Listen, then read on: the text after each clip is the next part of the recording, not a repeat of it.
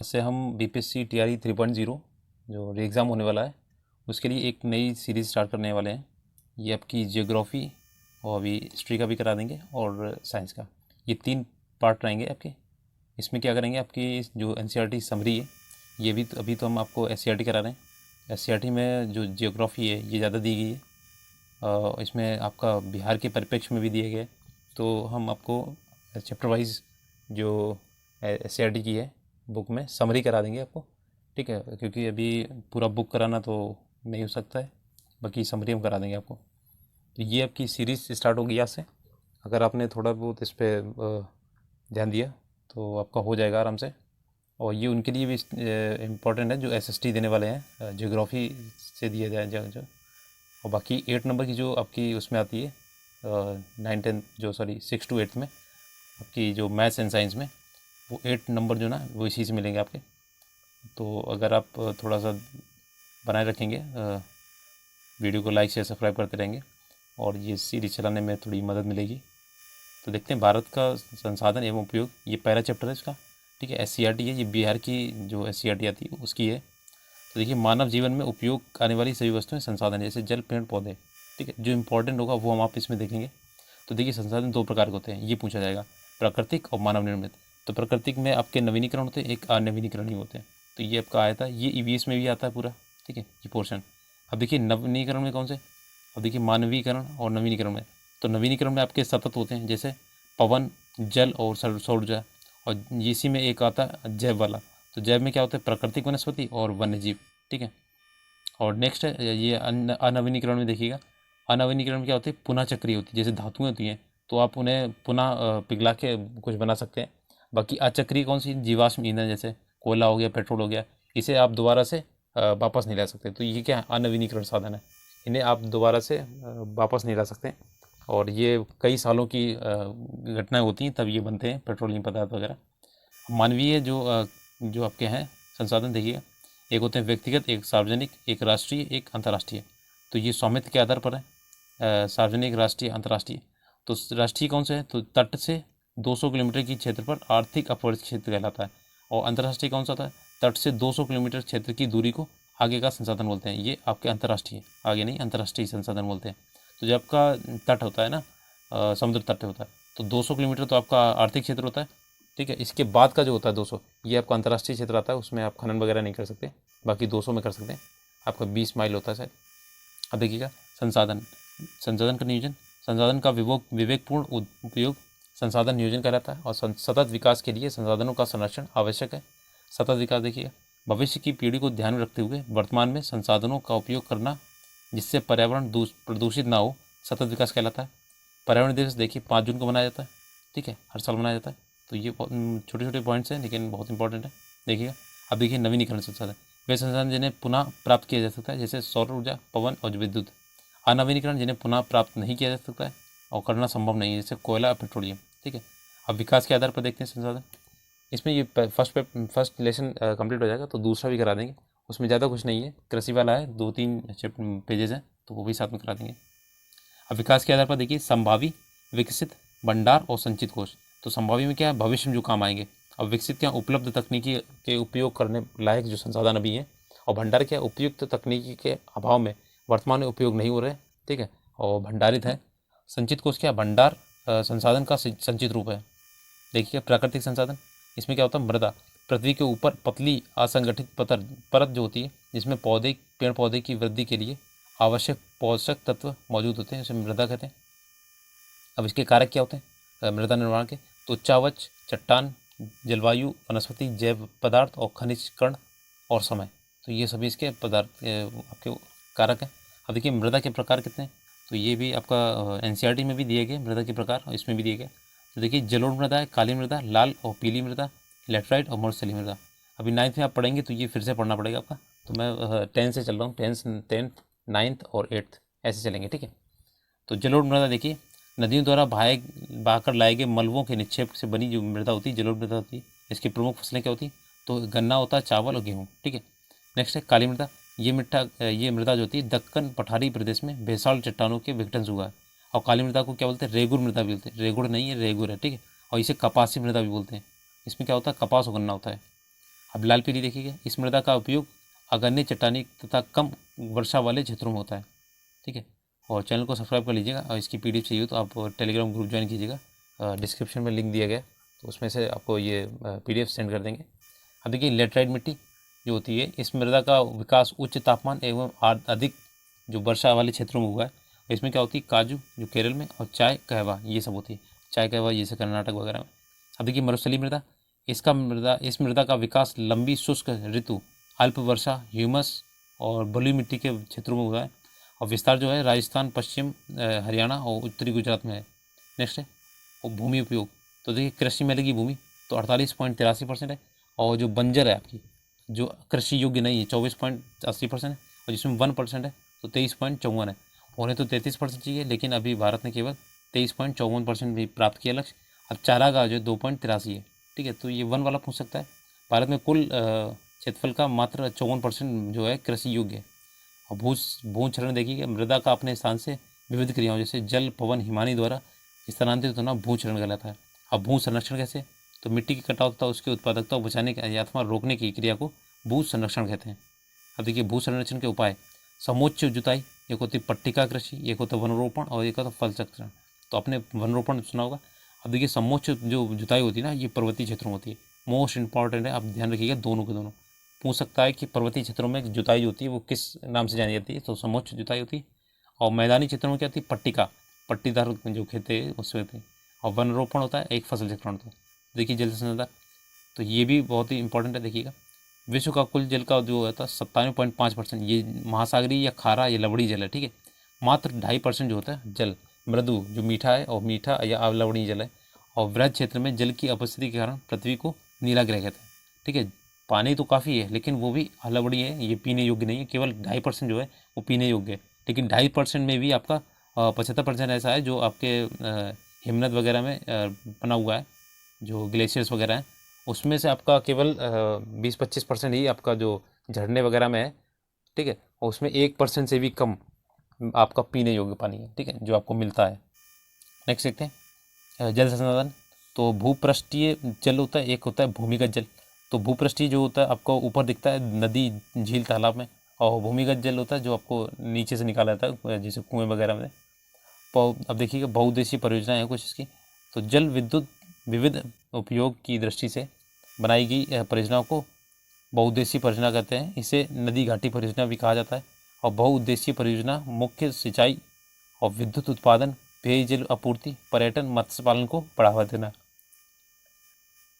देख सकते हैं बहुउद्देशीय परियोजना के लिए नदियों पर बनाए गए बांधों को पंडित जवाहरलाल नेहरू ने आधुनिक भारत का मंदिर कहा है। मोस्ट इंपॉर्टेंट है, ये पूछ सकता है कि आधुनिक भारत का मंदिर किसे कहा गया, तो बहुउद्देशीय परियोजनाओं और किसने कहा, तो जवाहरलाल नेहरू ने। ठीक है, अब देखिए ये के जल के विविध स्रोत हैं जो उपयोग हैं, बाढ़ नियंत्रण, मृदा अपरदन पर रोक, पेयजल आपूर्ति, विद्युत उत्पादन, परिवहन एवं मनोरंजन, मत्स्य पालन, पर्यटन और जल कृषि, और लास्ट है सिंचाई कार्य के लिए। ठीक है, तो ये आपका जल के विविध उपयोग है।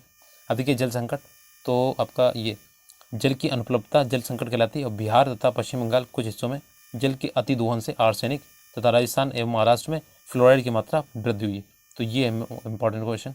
तो आपके जो आर्सेनिक है पश्चिम बंगाल और बिहार में, और राजस्थान और महाराष्ट्र में आपके फ्लोराइड की मात्रा वृद्धि आई है। ठीक है, अब देखिए जल संरक्षण प्रबंधन के उद्देश्य क्या है, जल की उपलब्धता बनाए रखना, जल को प्रदूषित होने से बचाना, और प्रदूषित जल को स्वच्छ एवं पुनर्चक्रण करना। ठीक है, नेक्स्ट है जल संबंध सबर प्रबंधन, वाटरशेड मैनेजमेंट, जल संबर प्रबंधन, वाटरशेड मैनेजमेंट, जल प्रवाह या जल जमाव उद्यान, कृषि, वानिकी, जल कृषि इत्यादि में उपयोग जल संबर प्रबंधन कहलाता है। जैसे बिहार के प्रमुख बहुउद्देशीय परियोजनाएं देखिएगा, एक है सोन परियोजना, एक गंडक और एक कोशी परियोजना। तो इसमें से पूछ सकता है कोई भी। प्राणी के शरीर में 65% और पौधों में 65 to 99% जल का अंश विद्यमान होता है। ठीक है, अंतर्जातीय जल विवाद देखिएगा, 2 या 2 से अधिक राज्यों के बीच जो नदी के जल बंटवारे को लेकर होता है समस्या, वो अंतर्राज्यीय जल विवाद कहलाता है। तो ये कोई इंपॉर्टेंट नहीं है। देखिएगा नर्मदा नदी पर सरदार सरोवर बांध के विरोध के लिए गठित गैर सरकारी संगठन नर्मदा बचाओ आंदोलन के नाम से जाना जाता है। और अति सिंचन से जलाक्रांता की समस्या पैदा होती है। नेक्स्ट है वन एवं वन्यजीव संसाधन देखिएगा, प्राकृतिक इसमें कौन से, किसी बड़े भूभाग पर प्राकृतिक रूप से स्वतः विकसित पेड़ पौधे एवं झाड़ियाँ समूह को वन कहा जाता है। भारत में 2001 में लगभग 19.27% भौगोलिक क्षेत्रफल पर वन का विस्तार था और बिहार में कुल भौगोलिक क्षेत्र का 7.1% भाग वन पर है। ठीक है, नेक्स्ट है वन के प्रकार देखिएगा। आरक्षित होते हैं जो सुरक्षित होते हैं, पशुचारण खेती करना वर्जित होता है बिल्कुल भी इसमें। और रक्षित कौन से, तो ये संरक्षित होते हैं जिससे लाइसेंस प्राप्त हो लोग लकड़ी काट सकते हैं। और अवर्गीकृत लकड़ी काटने या पशुचारण पर कोई प्रतिबंध नहीं होता इसमें। अब देखते हैं वन के प्रकार घनत्व के आधार पर देखिएगा। अत्यंत सघन वन जो है 1.66% है, ये आपके भारत की बात कर रहा है। ठीक है, बिहार का अलग आएगा इसका कृषि वाला। अब देखिए सघन वन 3%, खुले वन 7.12%, झाड़ियाँ एवं अन्य वन तो 8.68, मैग्रोव वन ये पूछा जाता है 0.14% है। ठीक है, 1% से भी कम है।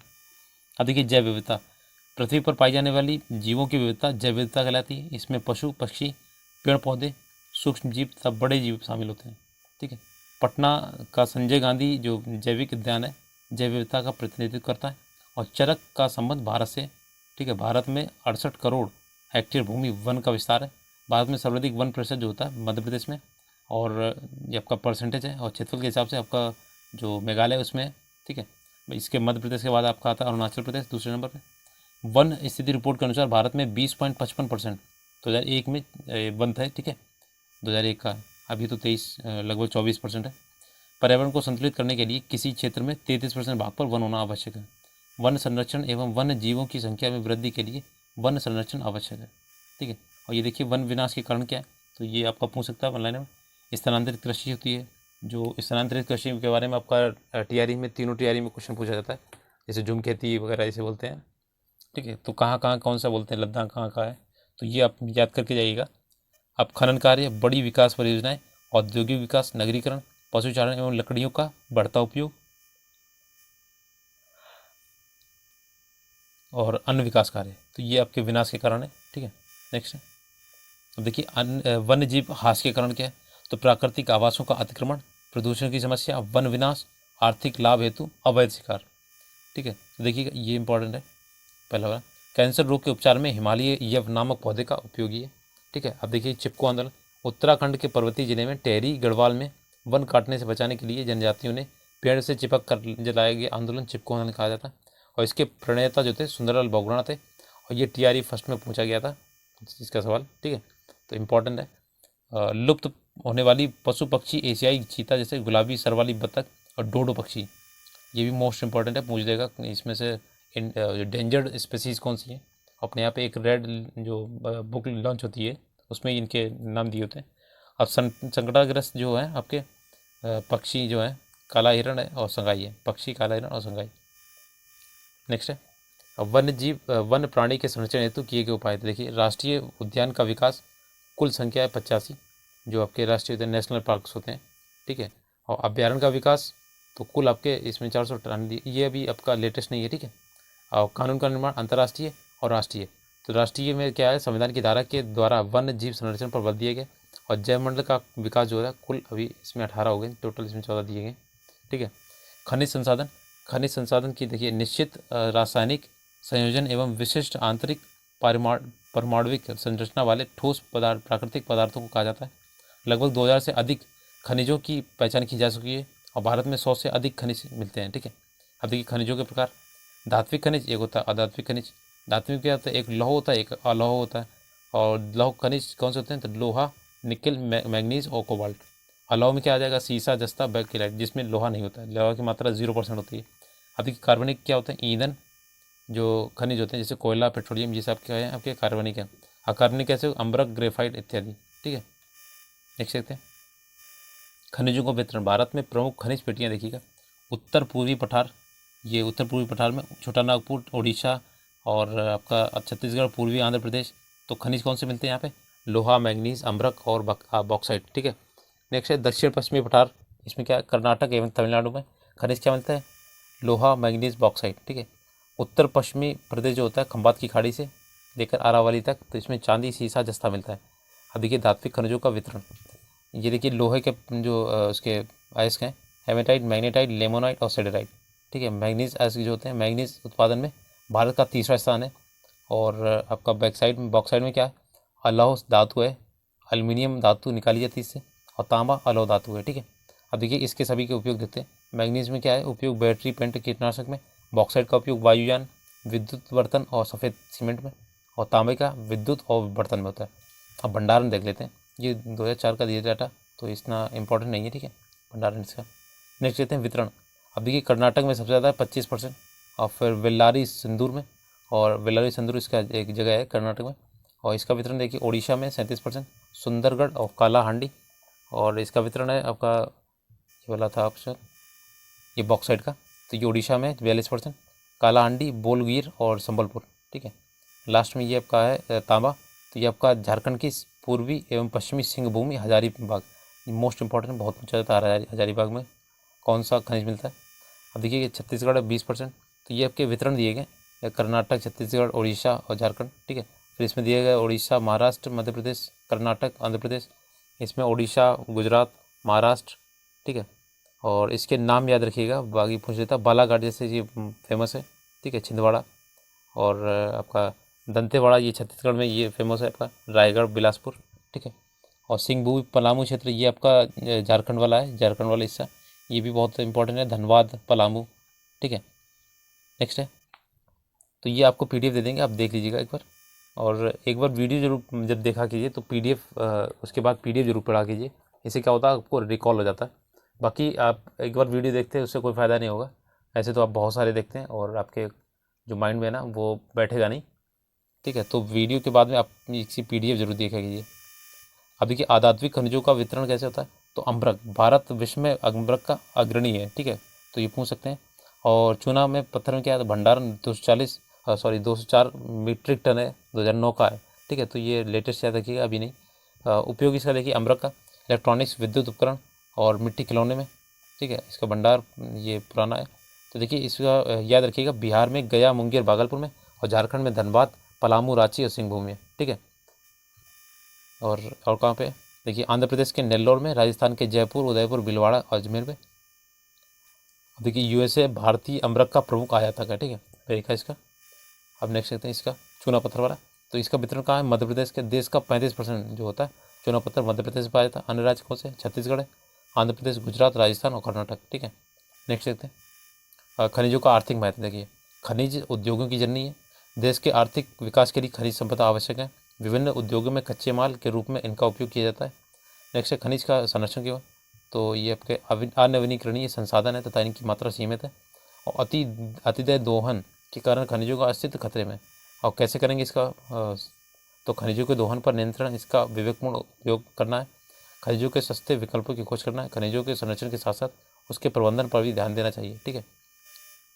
तो ये आपका देखिए इसमें थोड़ा रह गया, इसमें देखिएगा शक्ति या ऊर्जा संसाधन, मानव सदियों से अपने विभिन्न क्रियाकलापों हेतु शक्ति जैव अजैव के रूप में प्रयोग करता आ रहा है, जैसे कोयला, पेट्रोलियम, प्राकृतिक गैस और जल विद्युत, आणविक ऊर्जा, ये क्या है, वाणिज्य ऊर्जा के स्रोत हैं, ठीक है।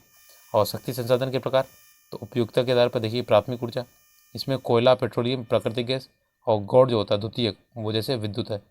अब स्रोत के आधार पर देखिए क्षयशील संसाधन एक अच्छेशील संसाधन है, तो क्षयशील क्या है, कोयला, पेट्रोलियम और प्राकृतिक गैस जो खत्म हो सकते हैं, ठीक है।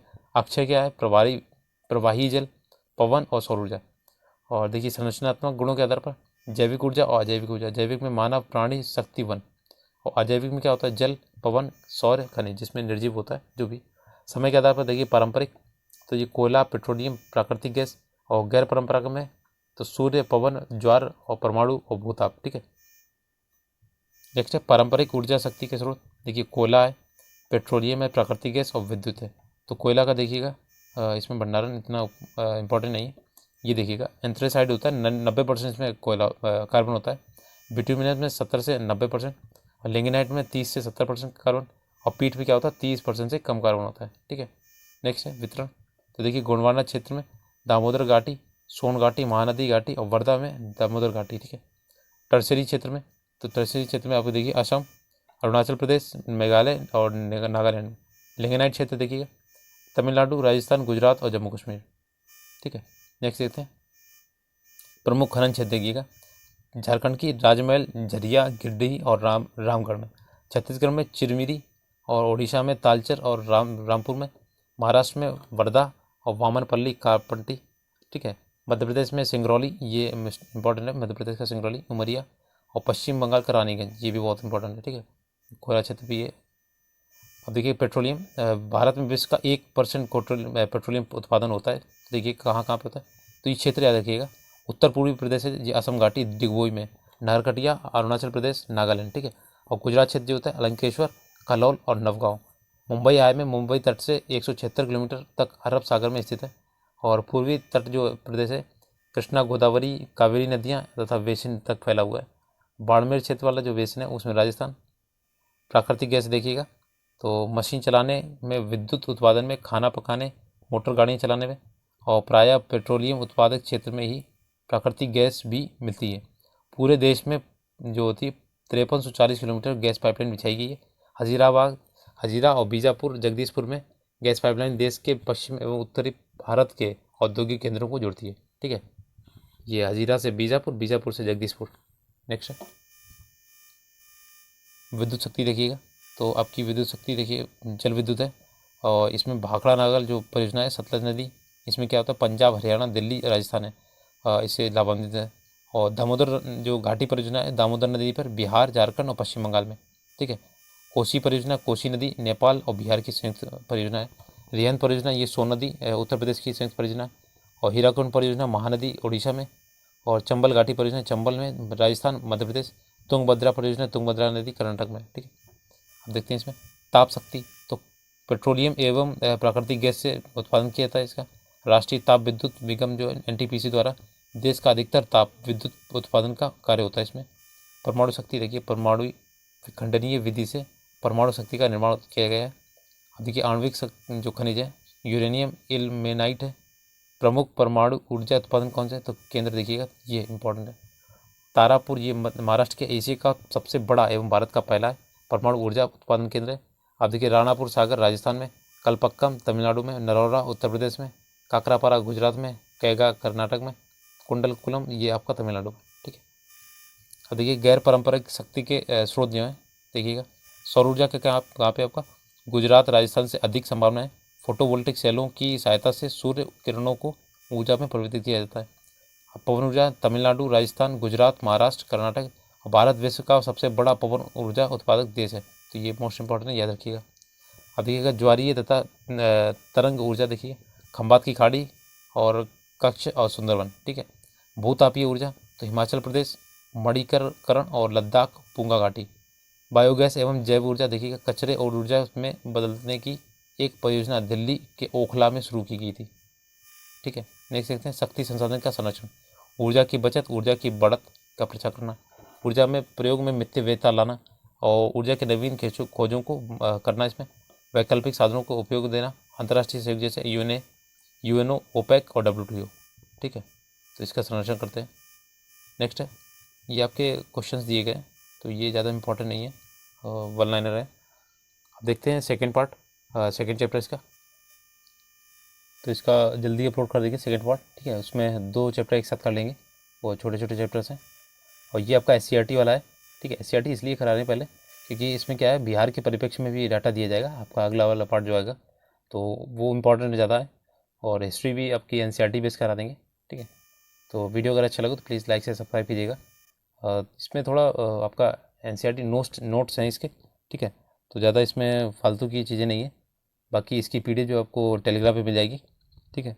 और आपका जो हिस्ट्री वो आपका साइंस वाला भी है वो भी पोर्शन चलेगा। तो वीडियो देखने के लिए धन्यवाद आपका।